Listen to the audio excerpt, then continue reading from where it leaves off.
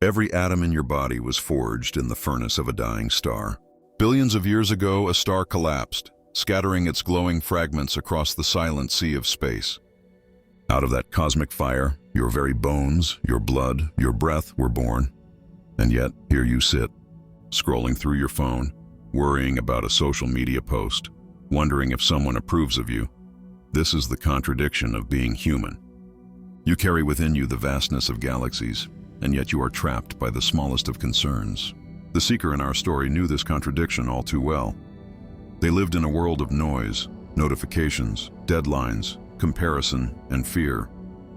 On the surface, life seemed normal: work, friends, ambitions. But beneath it all, a quiet ache persisted, a sense that something essential was missing. At night, when the world was silent, the ache grew louder. Thoughts circled endlessly, memories of mistakes, fears of the future, the relentless whisper, "You're not enough." And so the seekers searched. They read books, attended workshops, listened to teachers. Each offered glimpses of peace, but the ache always returned. They were chasing something they couldn't quite grasp. One restless night, unable to sleep, the seeker stepped outside. The air was cool. The earth was still. Above, the sky stretched endlessly, studded with stars. The clouds moved slowly across the horizon, appearing and dissolving in silence. And in that moment, the seeker saw something. Thoughts are clouds. Worries come and go, but the sky remains untouched. The awareness watching those thoughts was like the sky, vast, open, unchanging. This recognition shifted everything. The seeker realized, I am not my thoughts. I'm not my fears. I am not even my history. I am the space in which all of this appears. But the mind resisted. Old habits returned quickly. The next morning, anxiety pulled them back.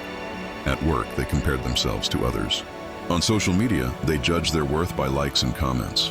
In conversations, they replayed words over and over, fearing judgment. Each time, the sky seemed forgotten. And yet, something had changed. Now the seeker knew the sky was always there. The seeker began to notice how the mind built its prison. It whispered, "You lack something. You must prove yourself. You must be safe, approved, important." And so the ego was born, an identity that needed constant maintenance, protection, and validation. It was exhausting. Modern life only fed the prison. News cycles shouted fear. Social media magnified comparison. Work demanded narrow roles that felt disconnected from the seeker's deeper nature. Slowly, the seeker began to see that this wasn't true living. It was survival, a defensive dance inside a cage built by thought. The more they identified with the cage, the smaller they felt. The more they remembered the sky, the freer they felt. Freedom began in the smallest moments. When worry rose, the seeker would pause, breathe, step back. Notice, here is a thought, here is an emotion, and here am I, the awareness in which it appears. At first, this recognition lasted only seconds before the storm of thought pulled them back. But with each return, awareness grew stronger, like a muscle being trained. The seeker discovered that every situation, traffic jams, difficult conversations, work pressures, was an opportunity to return to presence. Forgetting became an alarm clock, gently waking them again and again. And slowly, something magical happened. Life began to mirror their state of being. When they lived in contraction, obstacles multiplied. When they lived in presence, solutions appeared, synchronicities unfolded, and life flowed more easily. The seeker learned that awakening did not require retreating to a monastery or renouncing the world. Awakening lived in the ordinary. Washing dishes became meditation. Walking down the street became communion with life. Conversations became opportunities to listen with stillness rather than to react from ego. Even strong emotions, anger, sadness, fear shifted. Instead of being swallowed by them, the seeker learned to feel them fully without becoming them. Emotions became waves rising and falling in the vast ocean of awareness. Through this practice, work transformed too. What once felt meaningless became alive with presence.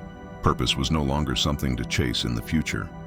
Purpose was here, expressing presence in whatever activity life offered.